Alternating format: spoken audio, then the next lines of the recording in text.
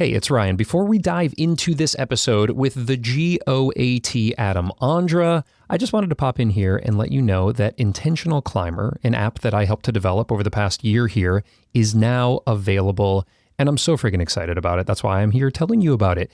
It helped me to go from V4 to V8 in less than a year. I ticked my big project, which Adam and I talk about a little bit in this interview, in fact. And now you can try it out and take advantage of coach programs from world-class coaches. You can get a free 6-week Stronger Finger training program from Coach Chris Hampton from Power Company Climbing, guided meditations from Hazel Finley, and so many other features. If you are a busy climber and you're looking to add some consistency, focus, and accountability to your training, then check out Intentional Climber. The link's right down there in your notes. We'll talk a little bit more about it later, but let's go ahead and get into this episode right now. It's so good.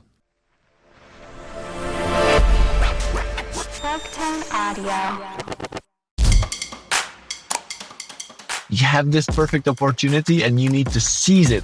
And if you don't seize it in that one specific try, you might have to wait many days more.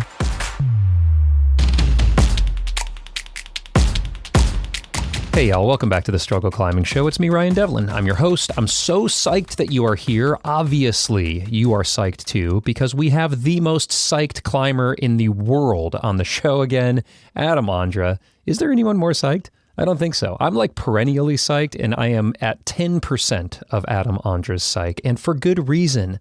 The guy loves climbing, every aspect of it. He loves trying hard. He loves struggling. He loves moving over moderate terrain. He loves moving over the hardest cutting edge things in the world.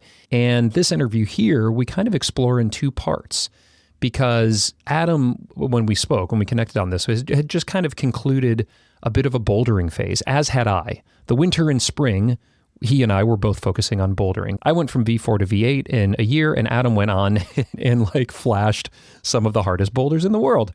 And so we kind of look at this in this lens of what it took for him at 33 years of age to do some of the hardest bouldering he's ever done in his life in short order, and why he thinks he's not even near his peak yet. He's got his eye set on some 9A, some V17s, and maybe beyond. And so that was really exciting. We talk about the new training tools he's been using to keep up his strength and power and become even better as a boulderer.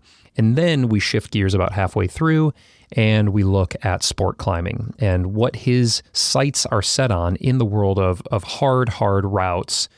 And we even talk about what could come next. Like what's the 9C plus or the 516A route that could be out there. And is anyone alive right now even capable of doing it? Oh, it's so exciting. We get into all sorts of topics in this one. And then there is a banger bonus episode that I'll tell you about at the end here, where we talk about a ton of other really interesting and some kind of hot take topics here with the GOAT, Adam Ondra. So let's just get right into it. I'm so psyched that you're here. I'm really grateful to have you here listening to this show.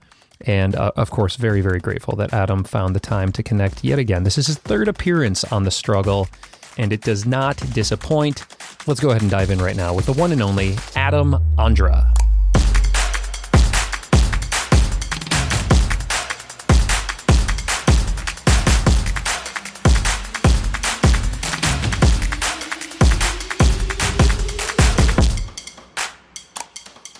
Where are you at right now? You're in a vehicle. Yes, usually I'm making all the phone calls from a van, but that one is in the service, so I'm in my wife's car while my wife is trying to put our son who got to bed. Very good. Well, thank you for taking the time. It's great to see you again, and man, I'm excited. I'm excited just to catch up. You've been pretty busy this past year, my man. Just like my life. I would say last year was maybe a bit less busy than usual. Doesn't mean it was better or worse. It was nice for a switch. I think we were trying to make our life a little bit more steady by moving here to Italy in Arco. And I think that means like I can just climb quite a lot and still have a nice family life and maybe travel maybe a bit less than usual, which feels pretty nice. You know, I was just talking with Emil. He's in a sport climbing phase out there. Have you seen him? Yes.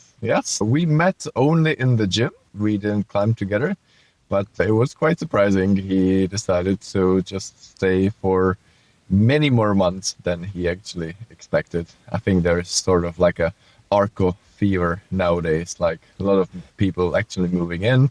There is the training center of Italian Federation, so a lot of Italian athletes moving in right now, and so it's really nice to have some people to train with.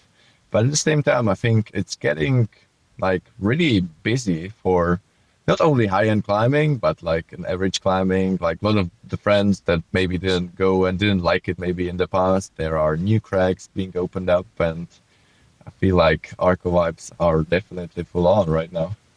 I love it, man. It looks amazing out there. I was talking with Emil and Cordy. They came out to the States last year, and I met up with them out at Smith Rock, where I also had a chance to do some climbing with Alan Watts, which was great. He was telling me about the time where, of course, you came in and on-sited Just Do It. And, or I'm sorry, to Bolter, was it to Bolter Not to Be? Just Do It. Just Do It. I blame my on-site on To Bolter Not to Be, actually. I just sort of misread the sequence on To Bolter Not to Be, and I on-sited Just Do It, just to be clear. Got it. Thank you. Yeah, I appreciate the clarification. Yeah, well, the onset of Just Do It is like incredible. That video is just like one of my favorites. I dip into that, every year when I just need to get psyched. And so, yeah, I was out there with Emil. We had a really good time climbing, and he said Italy's fantastic. So that seems to be the spot. But you've been more into a bouldering phase. But of course, we don't see everything that you're doing. You're also climbing like really cool slab and vert, and you went over and did lexicon, which is amazing. So you're always doing a lot of things. But the last time I spoke with you, you had kind of alluded to maybe wanting to step away from bouldering or maybe retire from bouldering. And then you just came out here and basically just raged and flashed like some of the hardest blocks in the world. So what happened? So I officially retired from bouldering competitions. That's true. And it's actually nice. I barely climbed any sort of commercial boulder since my last participation of Boulder World Cup in Prague, like last June.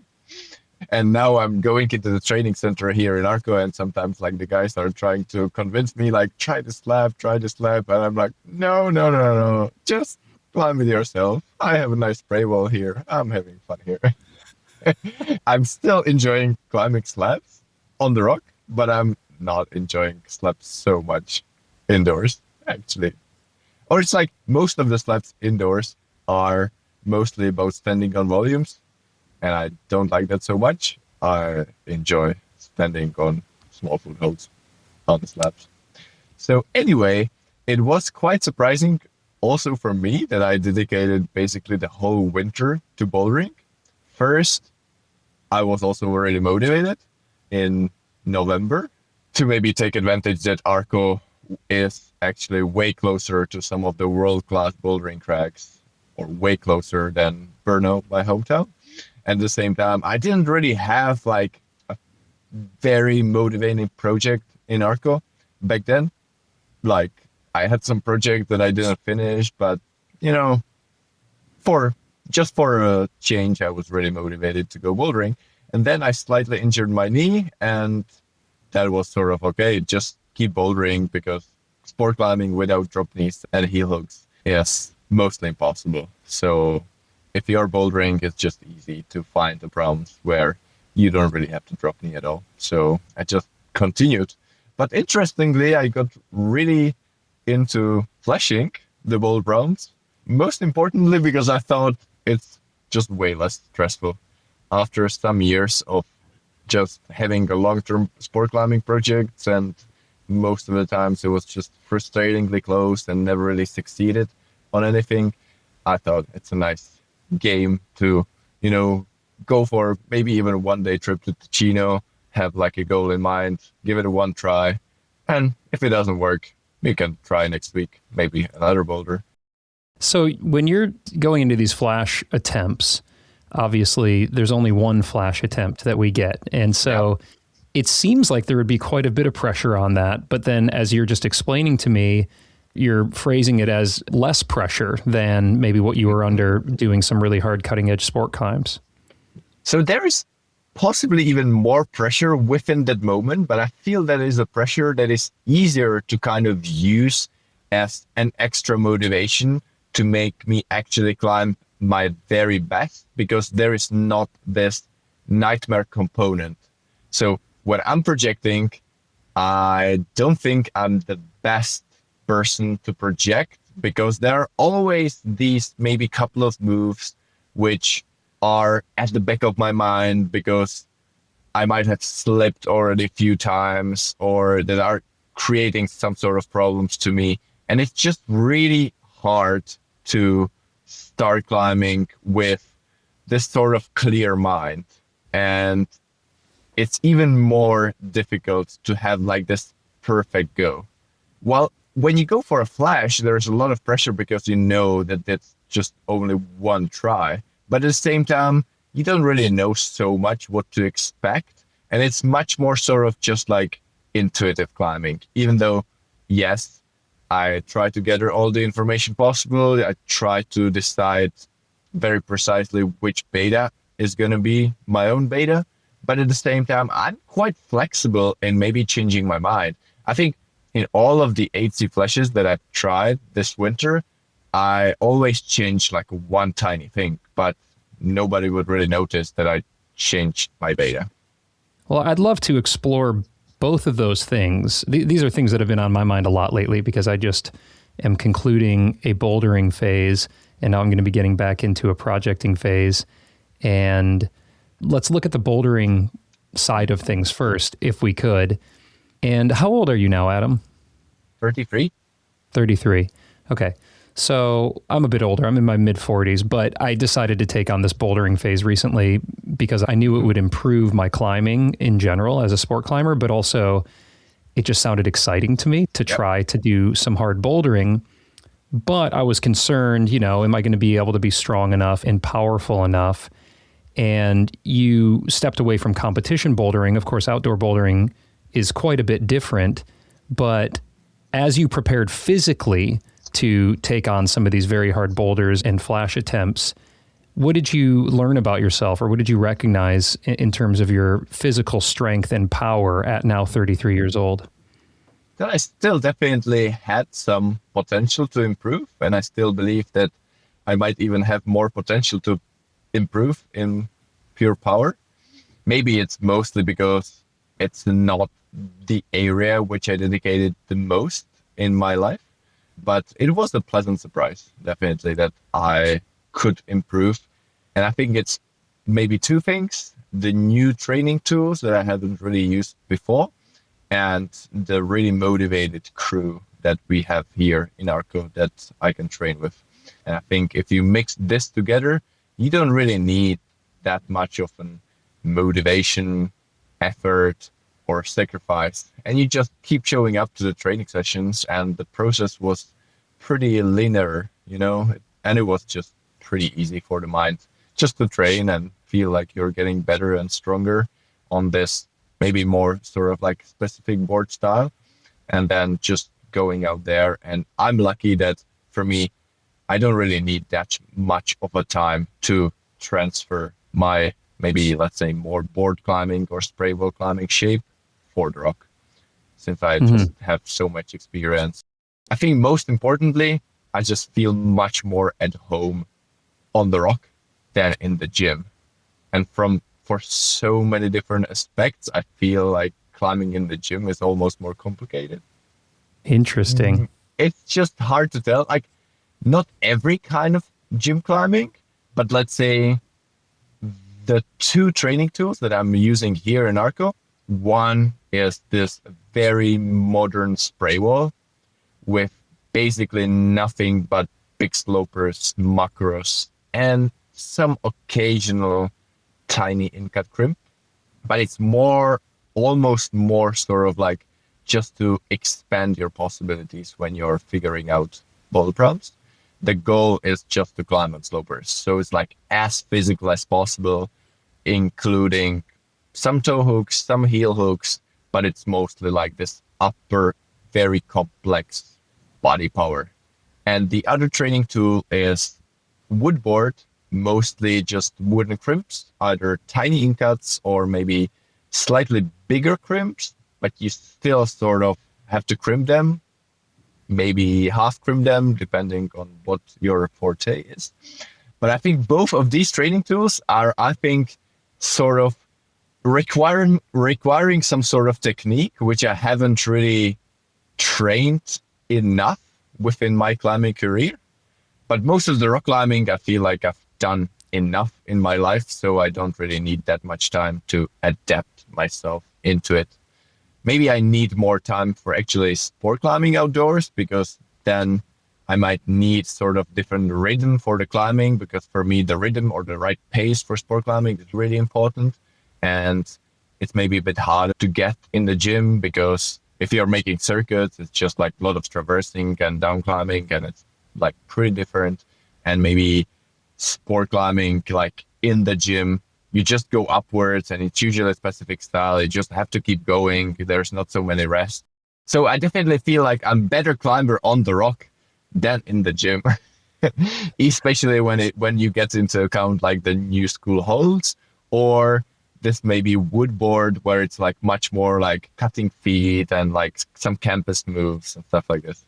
Well, I mean, it's all relative, but because you're obviously one of the best climbers in the world across all disciplines, but you posted some videos of some sessions, early sessions, I think, on some of the system boards. I think I've seen you on a TB2 and a kilter board. There's probably others that you've messed around on, but you were quickly doing the hardest problems in the library of those as well. So I am curious, while it sounds like there was a bit of learning the style and maybe the technique of various standardized boards, was there also strength or power gain that you think you got from those that did transfer outside?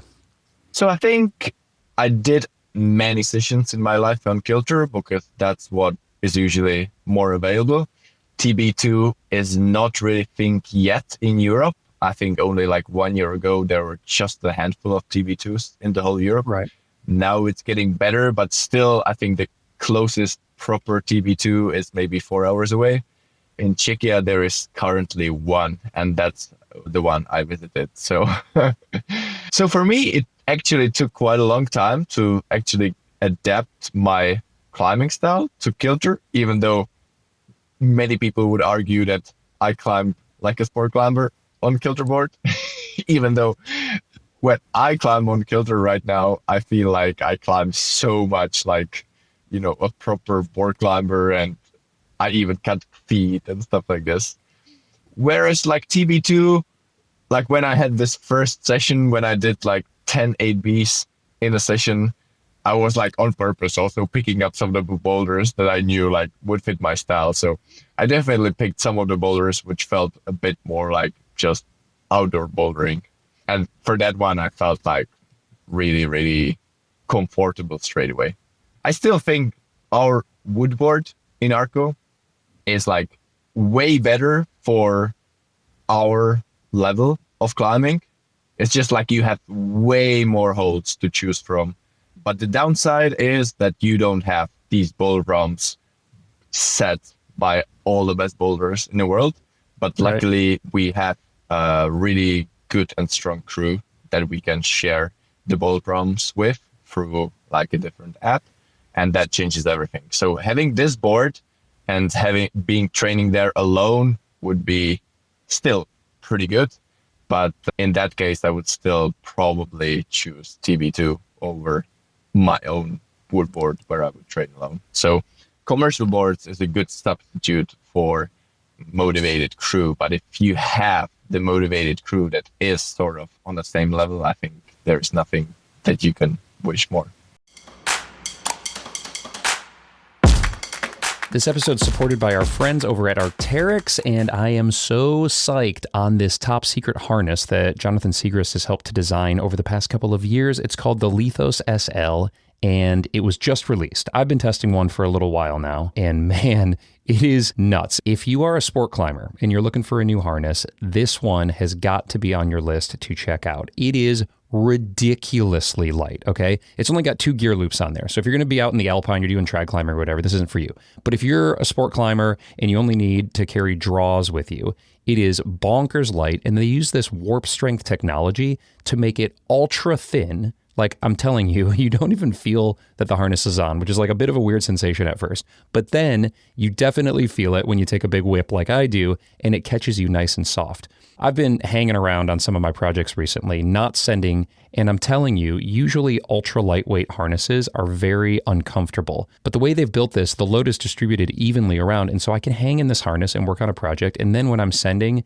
again, you just don't even feel it. The other cool thing about this harness is that Arc'teryx has made it incredibly customizable. So you don't just order a size like small, medium, large. You actually order the size of your waist and the size of your leg loops independently. So if you always skip leg day and you've got some little chicken legs there, you can order smaller leg loops. Or if you never skip leg day and you've got some trunks down there powering you up your sport climbs, then you can order some wider leg loops. It cuts down on the weight because they're not adjustable, but also you can fully customize this harness. So if you are in red point mode, pop over to Arc'teryx and check out the Lithos SL. I will put that link right down there in your show notes. This episode is supported by PhysiVantage, and I want to tell you about a product of theirs that I've been using every single day as I'm focusing more now on route climbing and building fitness, endurance, power endurance, and all of that. And I'm telling you guys, this thing's just like a straight up performance enhancer. Now, it's NSF certified, which means like it's legal for competitions and Olympics and that kind of thing. But I'm telling you, it is just absolutely a performance enhancer in the best way. And that's because they're using ingredients that include like beetroot extract and citrulline malate, a bunch of other really good stuff to help boost fatigue resistance. What does that mean? Well, it means for me, when I'm doing like really long sessions at the gym or I'm doing long climbing days outside, I get better power endurance. I get longer time to pump, which is critical for me on my routes. If I can put off the pump for like another couple of moves, maybe that allows me to get to a rest. And then also faster recovery between burns. So it used to be where I'd like go to the gym and I'd maybe get like 4 or 5 really good routes in and then I'd be wrecked. But with Sendurex, it gives me better recovery between those burns. So maybe I get 6 or 7 or 8 really good goes in, and that's just more practice. It's more time to be able to work on technique. It's more time to get the physiological adaptations that I need to climb hard routes outside.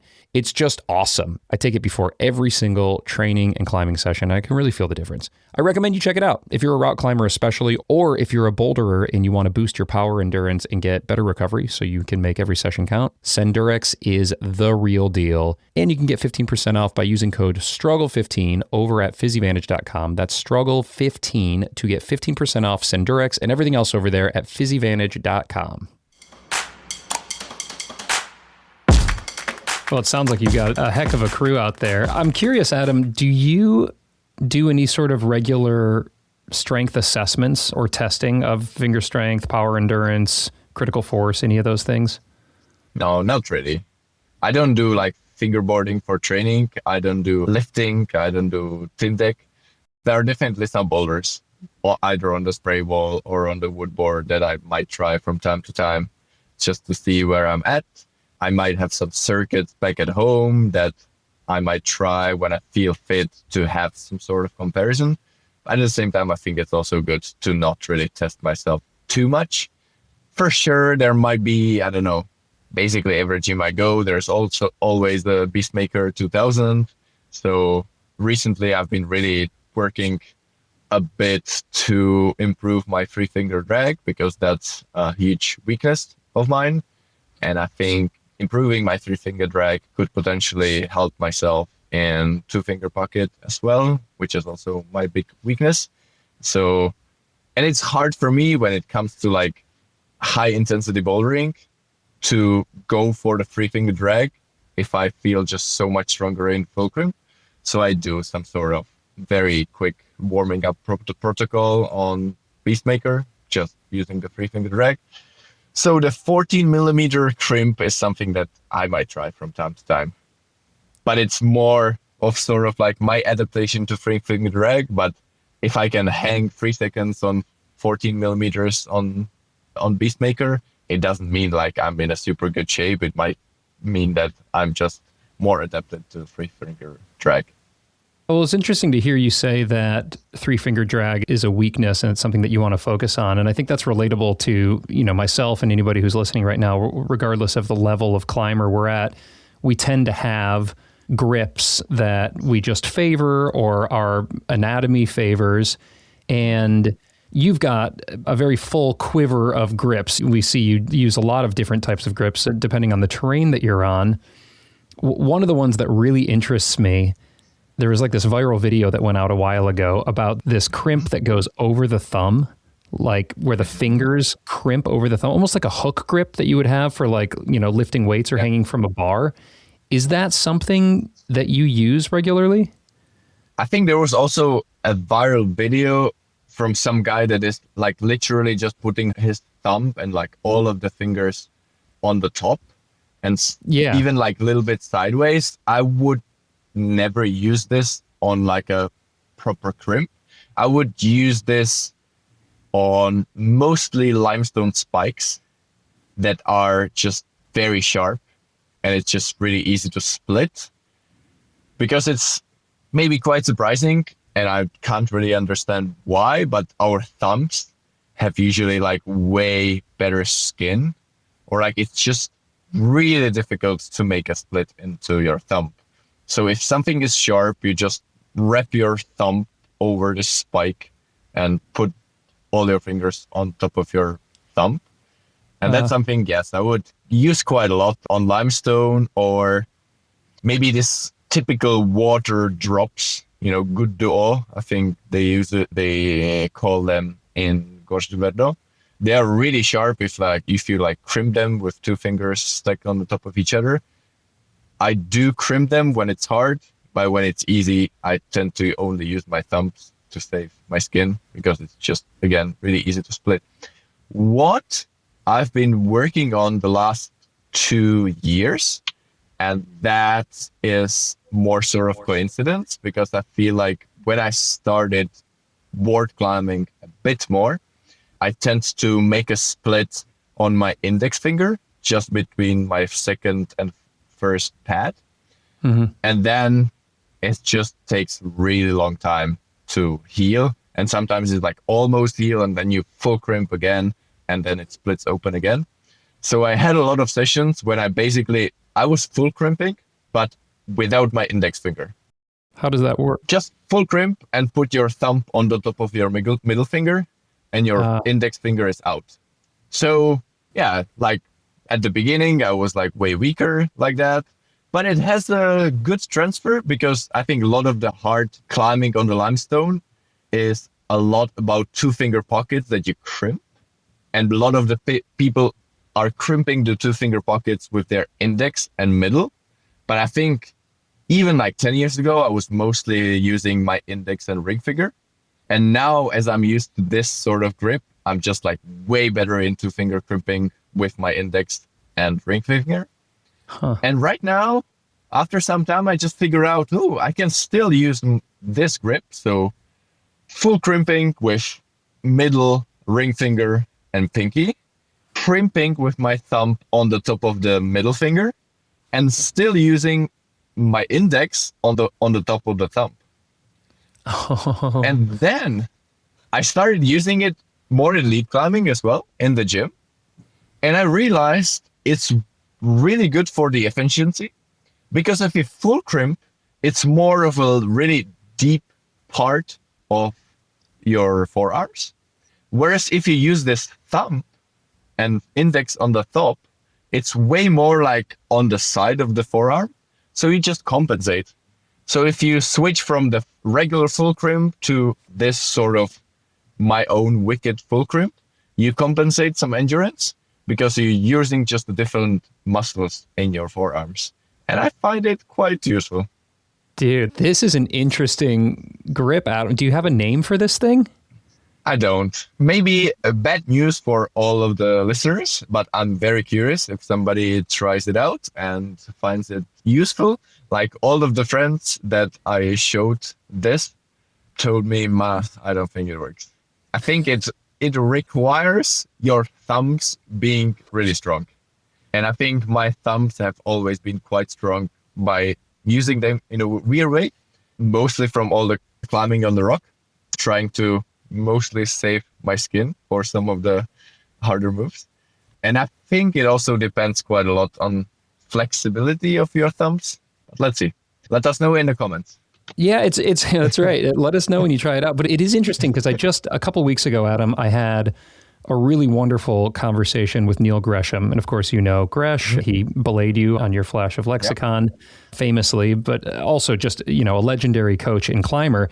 And he talks about how he uses his thumb on crimps all the time, not on top of his fingers, but on the hold itself as if it's just another finger.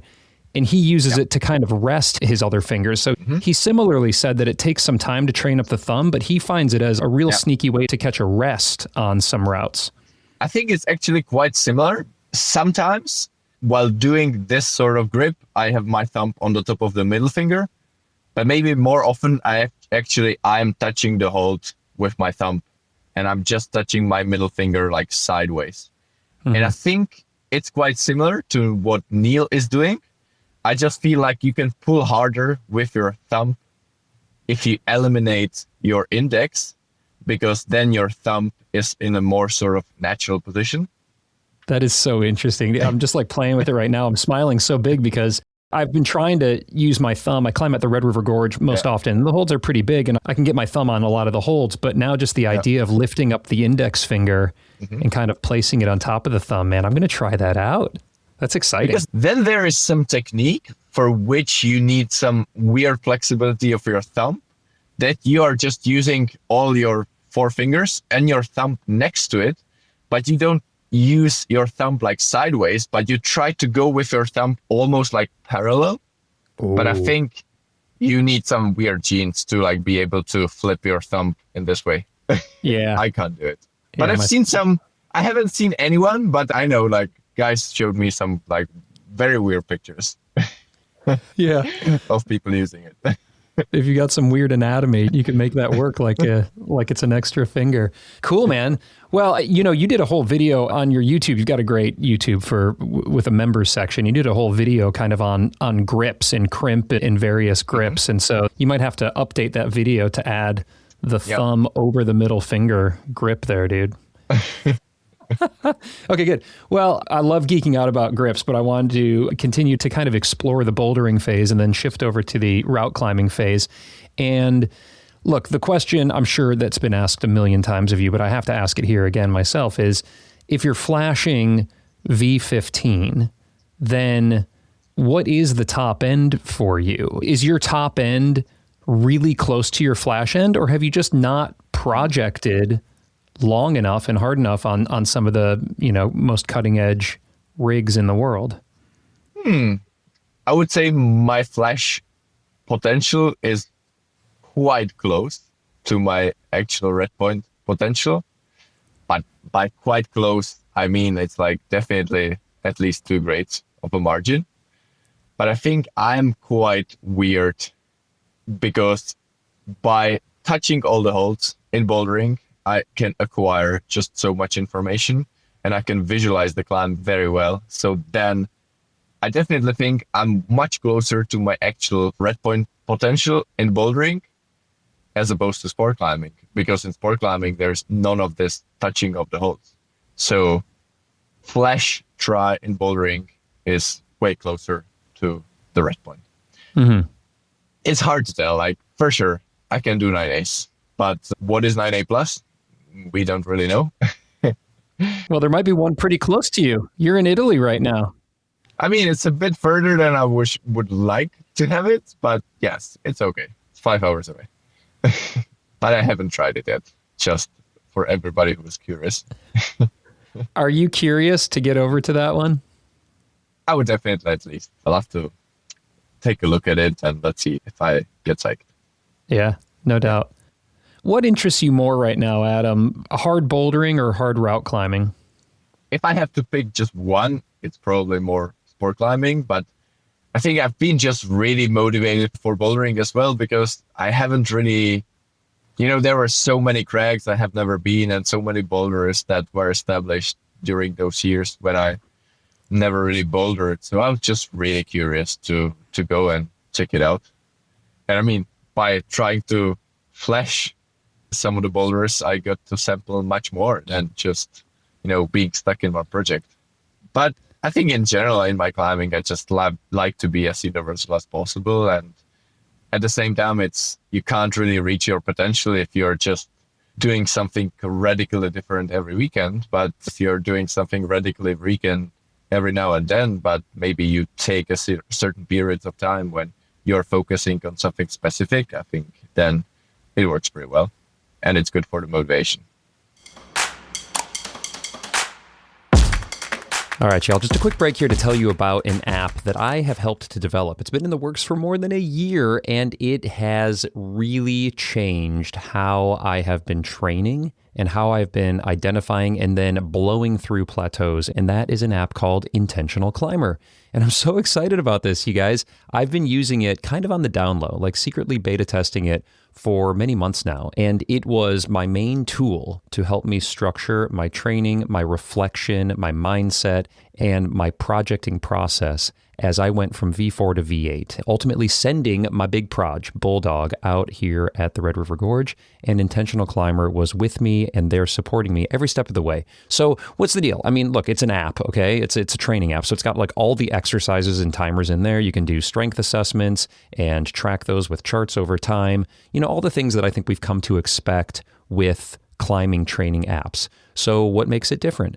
Well, it was designed specifically for people like you and me who are very busy climbers so that we can get the most out of every session, so that we're more focused, more consistent, more motivated, and more reflective on every single session that we have, whether that's at a gym, at our house, on a hangboard, or outside. Intentional Climber was built to help us form better habits as climbers, so we're not wasting any sessions. And then we've also got coach plans in there from world-class coaches. So if you download right now and you use code STRUGGLE, not only are you going to get a discount on the app, but you're also going to unlock a Stronger Fingers program from Coach Chris Hampton of Power Company Climbing. That's an 8-week program designed specifically for busy climbers to get stronger fingers in a short amount of time. It's an awesome program, and you get it for free just by using code STRUGGLE. You can download it on the App Store or over at Google Play. I'll put a link right there in your show notes. And again, use code STRUGGLE when you're signing up for it, and that's where you'll get those special perks on Intentional Climber. All right, let's get after it.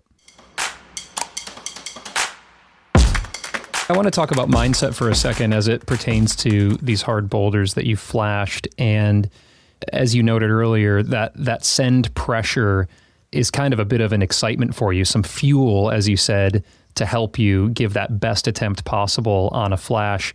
How are you getting focused and getting your mind in the right place before trying a really hard flash attempt on a boulder? And then we can talk about maybe how that contrasts with a hard route. So I think most of my flashes happened this winter, like being with a good crew and maybe not really trying to make a super good deal about it. I still maybe try to acquire quite a lot of information for the beta. So sometimes it was literally 2 hours underneath the boulder, just chatting to people that either did it or tried, or studying the video, touching the holds all over again. But then I actually needed very little warm up for all of these boulders. There's a lot of warming up included in all of the thinking about the beta, rewatching the video, touching the holds.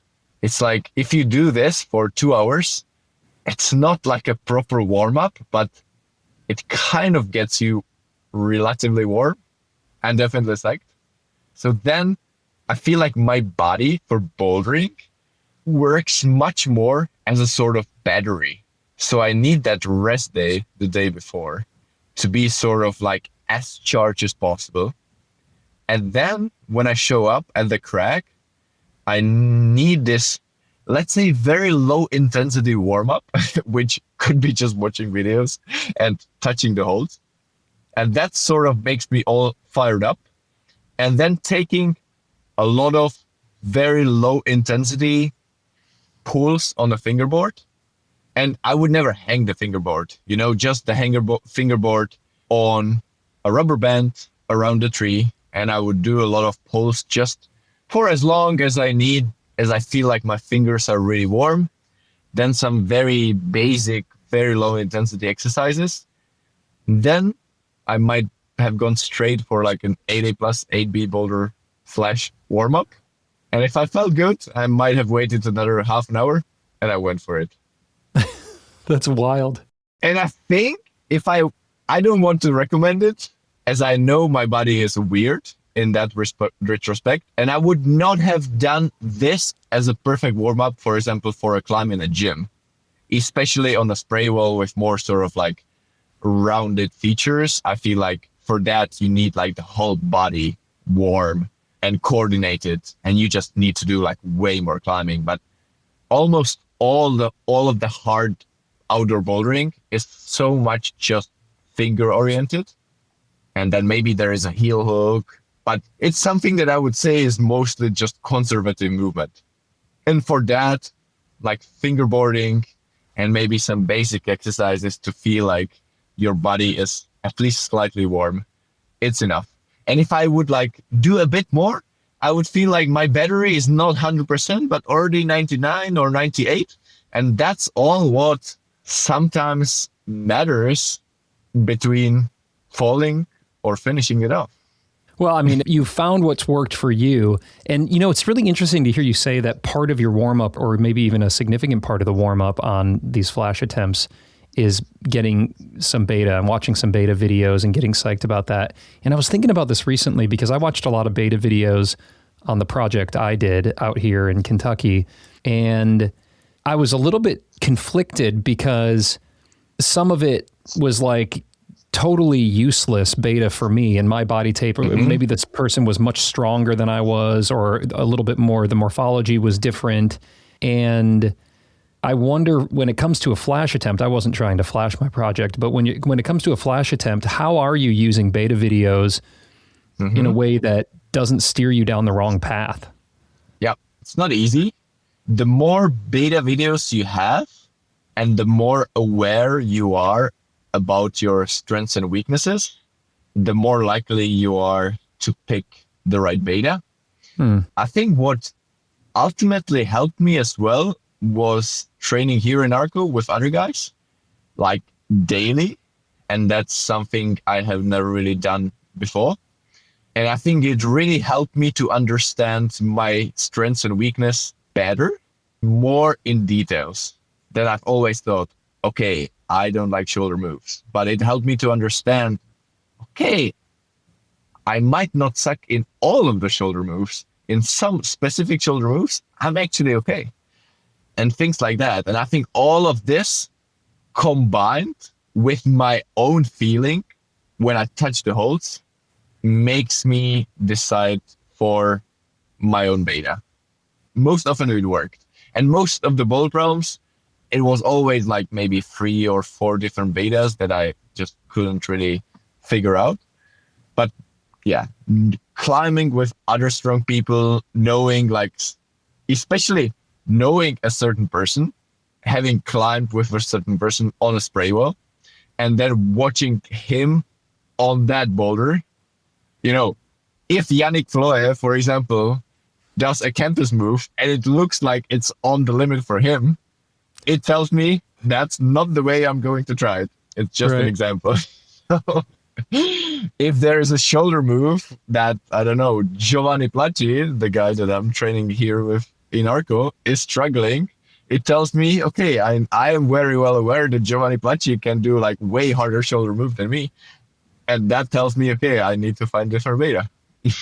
Yeah, that's great. By deductive reasoning, you're able to figure out where you thread the needle. You know, it's interesting that you talk about training with the crew, and that's been a fairly new experience for you.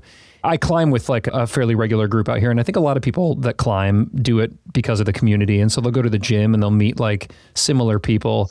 But then sometimes it's really nice just to go to a session by yourself and put in the headphones and just kind of rage and go at your own pace. And I'm curious kind of what you're responding to most right now, whether it's the group sessions or do you sometimes just need to go off and do something by yourself? So I don't get the perfect crew every time I go training. So for example, today I was training alone, like not alone in the whole training room, but just bouldering, climbing alone on the set of boulders that I was climbing on. And yes, from time to time, it is refreshing. But I've always thought it's something where I almost feel like the most natural, having like a solo training session. But the more I get into it, the more I definitely see how much of a value there is training with a crew. Do you get distracted? Because sometimes I'll go in and I'll be like, okay, I'm going to do power endurance climbing. And then I get in there and there's, a new setup and the crew is like, oh, let's work on all these new things. And then I just kind of like completely lose my focus. Yeah, that's definitely quite hard. But usually also our training programs or training plans were sort of aligned. So most of the winter, it was like pretty repetitive, as we were just resting Monday and Thursday, and all the other days we were training. And it was usually quite logical that the first day after rest day, we were doing maybe more powerful stuff. And the second day on, we were maybe doing some interval training and stuff like this. Yeah, that makes sense. But it's easy to get distracted. So for example, tomorrow I will have a training session, or I will have an endurance session, but Stefano Ghisolfi sent me a message. We are going to Panelino, which is the woodboard, which is a bit special for the approach. It's not like we can go there every day. And I'm sort of like, I haven't been there for a long time. Would be so nice to go actually on Panelino to try some of the crumpy projects. But I'm like, okay, now it's just time to work endurance. So I have to go and get pumped. It's important to have that plan. Yeah, when you have the plan, you stick to it. If you don't have the plan, then, it all goes out the window. Yeah, at the same time, training plan, sometimes it's good to break it. Yeah. But not too often. Especially if it's like some sort of motivational push that you can go. Yeah. Sometimes you have a plan, but the weather outside is just too good. And it would be a shame not to take use of it. This strikes me, just this part of this conversation strikes me as something that I've experienced in talking to other elite climbers, which is that somebody like myself, that's an amateur, kind of an intermediate weekend warrior, I tend to plan everything very strictly because I've got a job and I've got, my family. And so I have very little time to train. And so I really think about, okay, how can I get the best training plan so that I can have a really good day on Sunday when I'm able to get outside.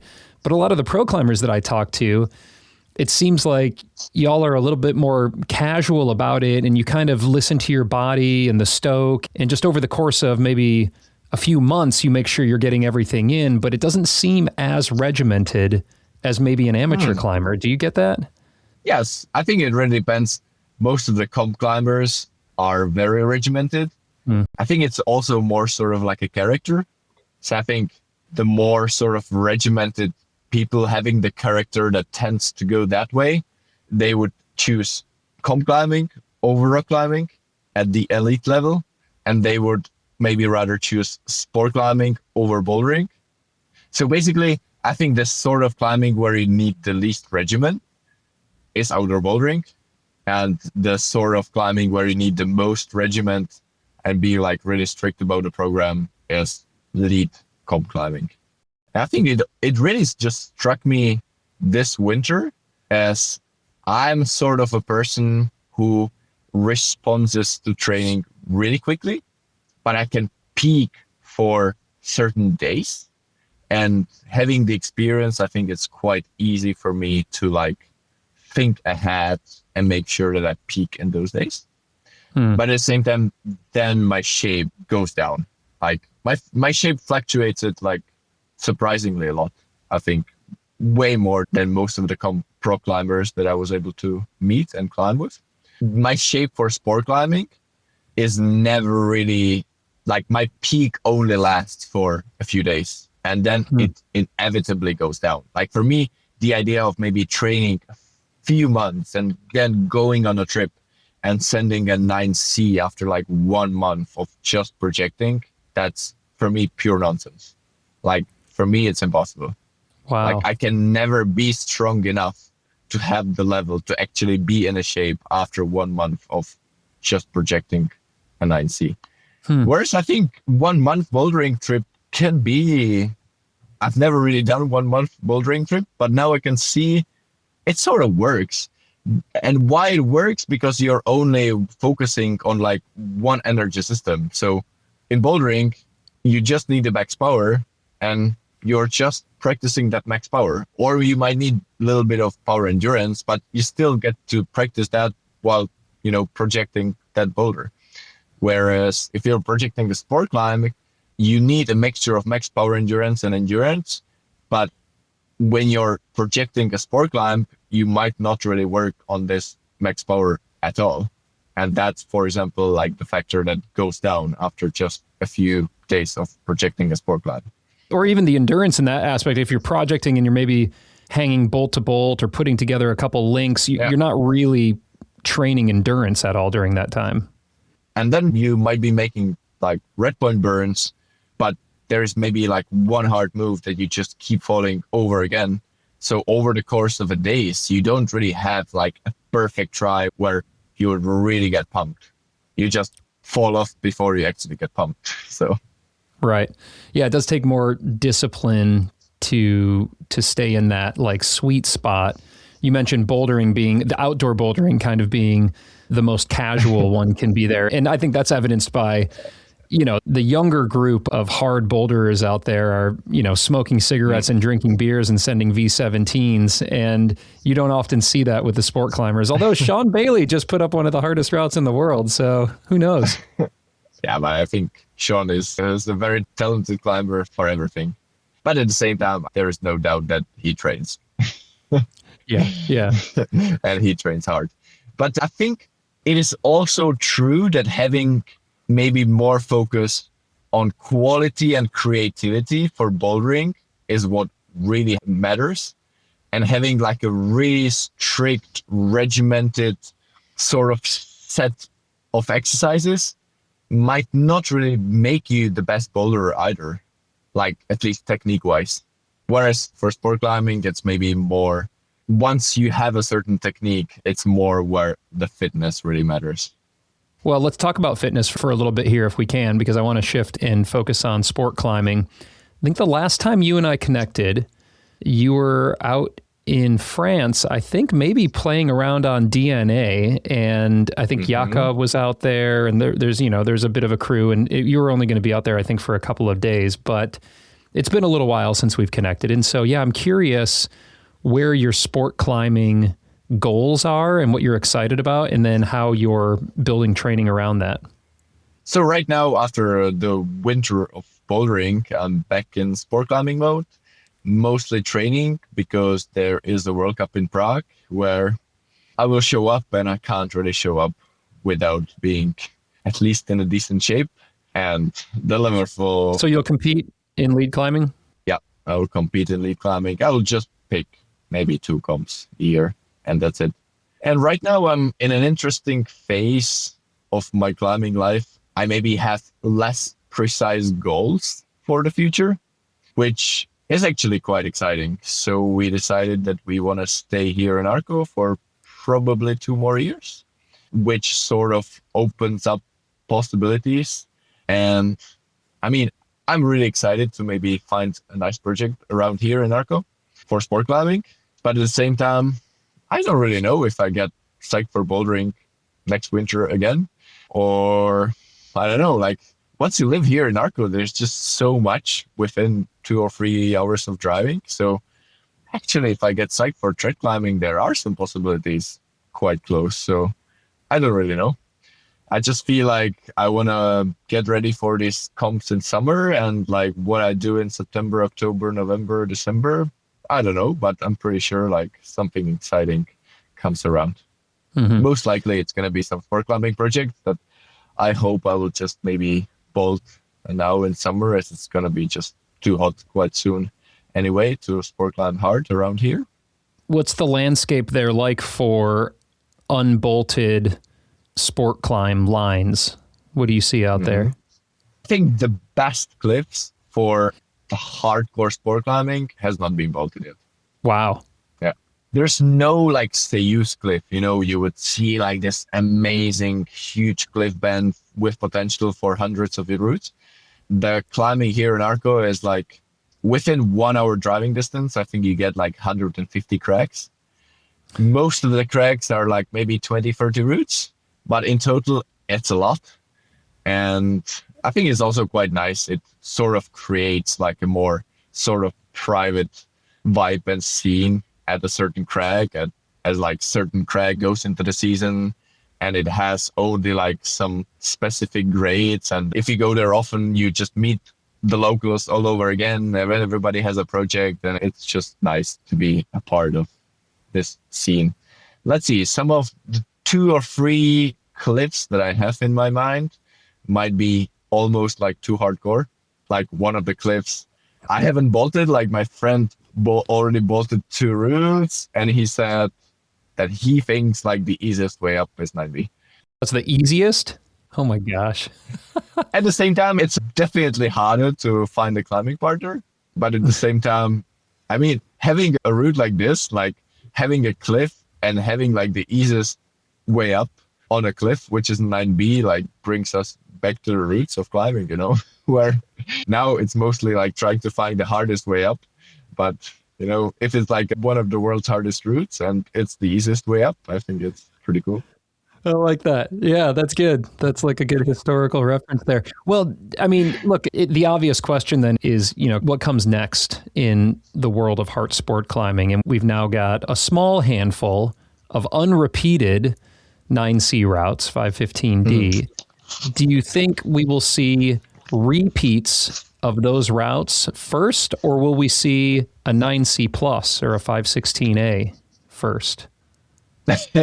No, definitely we will see a repeat. You think so? Well, why haven't we yet? It's very surprising.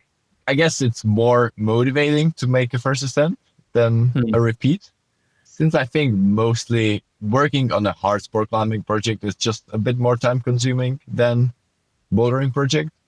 And if you just decide to invest so much time, it's probably easier to have a motivation to just project for a long time if it's a first ascent rather than repeat. But I think some repeat is coming very soon. Not necessarily by me. I mean, I tried BIG, I tried DNA. I'm pretty sure I'm capable of repeating both of them. I dedicated a lot of time into BIG and I got so frustratingly close. Yeah. But for this season, I just decided I need some rest. I just can't show up every season only to leave the place more frustrated than before. So I think I need to just let it sink a bit and come back with a spark in my eye again. Mm-hmm. So that's it. I honestly think 16A, 9C plus is still far away. But it really depends how we will continue with the grading scale. But I believe that 9C plus is something that should be just so extremely hard if we want to be consistent with the grading scale that nobody is yet capable of doing it. But that's my opinion. I can't really comment on Cafe Colombia or Duality of Man, but I think the 3 9Cs that I tried are rather low end. They are not 9B pluses, but they are rather low end. And I think there is still some terrain to go before the 9C plus, but that's my opinion. Can you compare Silence to DNA and Cafe Colombia? Would you include Silence as quote unquote low end? Because that's maybe the one that the most people have tried, and it doesn't look like it's going to get an ascent anytime soon unless Stefano really kicks it into high gear. I think Stefano is capable. Yeah. I still think it's rather low end. Wow, really? For me personally, it's crazy. Like I know like Silence is perfectly my style, but I've already put more sessions into BIG and I still haven't sent. But I can imagine it's a more, let's say, basic style, quote unquote. So I think possibly maybe more people are capable of sending BIG than Silence, but it's more question of style. But for me personally, for my strengths and weaknesses, now I'm pretty sure that BIG is actually harder for me personally. Yeah, to your point, strength and weakness. It might be more accessible to others who aren't able to do an upside down foot jam, move like is on Silence, but that's a specific strength that you have. I'm interested then about your thought it's just a crazy thought experiment. And I spoke with Chris Sharma about this not too long ago as well on what would 9C plus be? What's a 516A? And you said it would have to be so hard in your estimation that essentially nobody right now would be able to do it. And so what does that mean? Like, how will we know? I mean, 9C plus can be potentially like 10-meter route. It can be 50-meter route. It can be anything. It just has to be quite a bit harder than the 9C. Just the same way as, I don't know, 9A is quite a bit harder than 8C plus, even though, yes, there's a lot of great discrepancy. But I think if we maybe go down a grading scale a bit, I think 9B, like the fastest 9B ascent has been done in 4 days. Then the fastest 9C ascent has been done, I don't know, 50 days. Now, I think the fastest ascent of 9C is Jakob on BIG. Right. And my rough estimate is 30 days, maybe 25. And that means, like, for example, if you do 8B in 3 days, 8C in 50 days, I don't think you should have the level to send 8C plus, like, in 200 days, unless you get better. And that's usually what happens. It's always a bit tricky to compare, like, you know, I did this route in 30 days and then I put like so much time into it and I finally sent it in 100 days. It might not necessarily say that the route where you put 100 days in is harder. It's just because I think from certain number of days, any extra day doesn't really give you anything. Right. It might still force you to find some micro details in terms of data that might help. But if you're actually repeating the route, it's maybe less likely that you will find these tiny details. And then it really comes down to having conditions, your peak shape, and a bit of luck, which is hard to measure. And I think it's also hard sport climbing, for example, is even more condition dependent in my point of view compared to bouldering, because you don't have the technology, you don't have the fans. So to have it perfect, you actually need the weather to be absolutely perfect. And I think, at least in my experience, when you know that the day is perfect and you feel strong, and because in sport climbing, I only have one try a day, it's just so easy to mess up. Like, the mental pressure is insane. And I think that, in my experience, for example, on BIG is quite hard to quantify, because I know I had some perfect days quite early in the process and I just didn't take advantage. And then I might have got close in like almost perfect conditions, but never as perfect. Right. But at the same time, climbing really well. So yeah, I feel like the long-term projecting is sometimes, you know, you have this perfect opportunity and you need to seize it. And if you don't seize it in that one specific try, you might have to wait like many days more to have the very same opportunity again.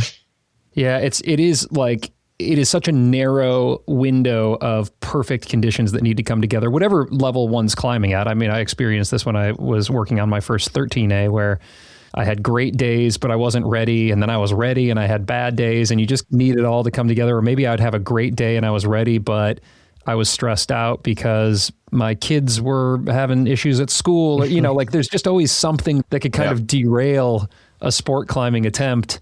And then within all of this, the intention is to get a lot of joy out of it. Obviously, this is your job as well, but you love climbing, maybe more than anybody I've ever talked to. And I've talked to almost everybody, man. Like, I can just see the joy and the excitement on your face. And so even when it's hard, even when you're getting beat down by a route, how is it? Like, how is it that you're still so psyched on climbing? And are you as psyched now as you were 10 years ago?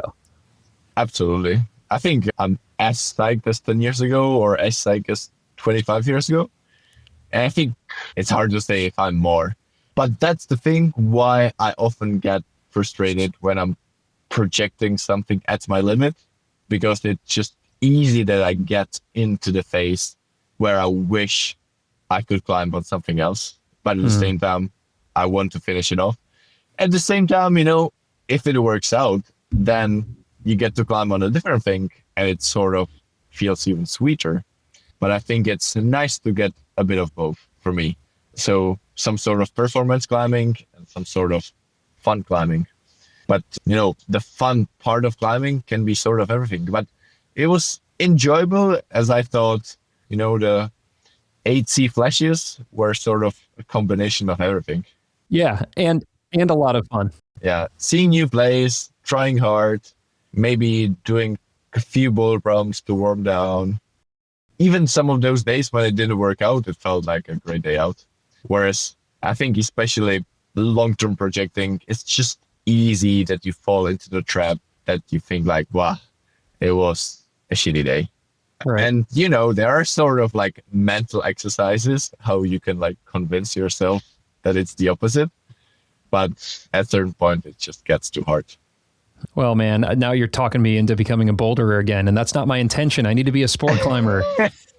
No, I think you live in the red, right? So It's probably more reasonable to be a sport climber than boulder. It's true. Seb was out here just recently working on the Odyssey project, and he seemed pretty psyched on it. So I guess I tried it many years ago, but I think back then there were many more holds. Yeah, it probably did break. I know that you did put a little bit of time on it when you were out. I made one try, and I thought it's maybe not that extreme, but I thought there were quite a few holds that were about to break. So it doesn't surprise me that it can be very hard. Yeah, it seemed very hard. There's a couple really hard routes that are almost but not quite sent yet in the red, but we'll have to try to get you out here again. Yes, I like Sandstone, and I think living in the red, it's just too beautiful not to be sport climbing. And just even though I was quite unusually such an advocate for bouldering, I definitely like sport climbing more if I have to pick just one. I think overall it's just even more interesting mixture of different factors that I love so much. All right, good. You've talked me back into becoming a sport climber. I appreciate it. All right, y'all. That wraps things up with Adam on this episode, but he stuck around for another half hour and we dove into listener questions and a bunch of hot takes. Holy smokes. This bonus episode with Adam is like a hot take supreme. We talk about downgrading and upgrading. And is there even such thing as a consensus? Adam doesn't think so. I mean, there's just like, it's hot take after hot take with regard to grading, which is always fun. It's always fun to uncork the grading bottle of Cabernet Sauvignon. What else did we talk about? Well, we talked about his climbing and kind of where it's at now and also where he sees it going over the next 10, 20, and even 30 years ahead. Is climbing a gift or a curse? Will he still be hard projecting or is he going to be finding other things to do? And what else will he do to kind of scratch the itch of adrenaline? He actually surprisingly described himself as a bit of an adrenaline freak as we explored in this bonus episode. And what does that mean? I mean, he talked about base jumping and downhill biking and parasailing and all sorts of stuff. It's pretty wild. I don't think we're going to see Adam Ondra golfing anytime soon, but we might see him doing other things. That is, after he continues to climb the hardest rock in the world for probably the next 10, 20 years. Who knows how long? I mean, it could just be forever. It doesn't seem like he's slowing down. In fact, he's just getting better. So yeah, if you want to hear about that, if you want to dip into that conversation, it is fully available right now for Patreon members and Apple subscribers. If you are not a Patreon member or Apple subscriber, there's a free trial. So fully risk-free, you can listen to that bonus episode and over 150 hours of other bonus content with Adam Ondra from his prior appearances, Magnus Mitbo, Alex Honnold, Hazel Finlay, Nina Williams, Lynn Hill. I mean, it just like the list goes on and on. If there is a topic you're interested in with regard to climbing, we've probably got it in there as a pro clinic, and just so much else is in there. And you can dip into all that right now with a free trial. If you like it, stick around. It really helps me to keep making this show if you're enjoying the show. And if it's not for you, then you can just cancel. No worries, no obligation, and you won't get charged anything. So all of that can be found in your show notes there. You can double click if you're listening on an iPhone right now. You can double click right there in your podcast player, or just swing over to patreon.com/The Struggle Climbing Show. to hear this bonus episode with Adam. And then let me know what you think about his thoughts on downgrading. I'm not sure I agree, which is such a weird thing to say. Obviously, Adam Ondra knows a billion things more than I do with rock climbing, but especially his take on consensus and downgrading. I don't know. It's really making me think. So I'd love to hear what you think about that. And then what else? I could tell you a little bit about my climbing. So I am no longer a boulderer. Well, I am. I'm just mostly bouldering on my Kilter home wall full ride to keep all this hard-earned strength and power up. But most of my focus, like my goals for the summer and fall season, are around routes, like long, pumpy, steep sandstone routes that Adam and I were just talking about there here at the Red River Gorge. And what that means is I'm just doing a ton of training and really embracing the pain cave of getting pumped. I found a tread wall on Marketplace, and I have put it in my garage, which is currently about 100 degrees Fahrenheit, and I'm just sweating it out. I'm paddling like a duck on the tread wall, and I'll be posting some content around that because there's actually, some very specific ways to train on a tread wall. It's probably the most useful tool for route climbers. I can't imagine anything better than training on something like this. So I'm really excited about that. Continuing to keep the strength and power up with the Kilter board. And then I'm doing some other kind of sneaky endurance training things that I'm going to be talking about in some upcoming episodes here. One with Coach Tyler Nelson, and then a couple others that are coming up. Just some ways for busy climbers to sneak in some endurance training when you don't have a whole lot of time to get to the gym or get out to the crag and spend like hours and hours hammering away on routes. And that's been really cool. And speaking of busy climbers, I mentioned at the beginning of this thing, and I will mention it now, I have helped to develop a climbing app called Intentional Climber, and it is called Intentional Climber for a reason. It's about bringing more intentionality to our training, our projecting, and our performance, and it's been in the works for over a year. I used it every single day to help me go from V4 to V8 during my bouldering block, and I'm using it every single day right now to keep me focused, consistent, and accountable with all of my goals, my training sessions, and also my mindset. All of that's in there, and I think that's really what sets Intentional Climber apart, by the way. I think there's a lot of apps out there that have 7-3 repeaters or max hang things or assessments, and Intentional Climber has all of those, and it's very easy to schedule them so you can see them on your calendar, and they itch at you until you complete them, and you get to check them off of the list and complete those rings. There's a really good system, I think, in Intentional Climber to keep us focused and motivated for just getting our training done. But beyond that, and what I think really sets Intentional Climber apart is its emphasis on goal setting, on reflection, on journaling, on projecting, and on mindset. And we've got tools in there from Hazel Finlay with regard to mindset. We've got some incredible journaling features in there. One of my favorites is that after every session, whether it's a training session or a climbing session, you're asked to input a journal entry. What went well, and what do you want to work on next time? And just that simple act of reflection on what went well is really nice, and I think it kind of brings more joy and reflection into what could be sometimes a slog of training. But then that second part, what do you want to work on next time? You're reminded of that when you start your next session. So if I do, a bouldering session at the gym, and I note that what I want to work on are heel hooks or dynamic moves or whatever it is that I feel like, I need some help with, then when I start my next session, that pops up and it reminds me. So now I don't get distracted climbing steep crimps in the cave if I want to work on slab or balancy stuff or heel hooks. And I've just found that to be a bit of a cheat code, for me at least, to progress faster. That's really one of the main things that helped me to advance my V grade so fast over the past year, was just bringing such focus and intentionality into every session. So anyway, I don't need to blab on it anymore. You can try it for free. There's a free 14-day trial. I'll put a link down there for you. It's just called Intentional Climber, so you can download it at the App Store or at Google Play. And if you use code STRUGGLE when you sign up, you're going to get not only that free 14-day trial, you're going to get a discount on the annual as well as monthly membership if you decide to continue with it. And you're going to unlock a 6-week Stronger Fingers training program from Coach Chris Hampton. That's a $100 value right there. You get it for free, and you can just get Stronger Fingers, check out the app. And if it's not for you, you can quit.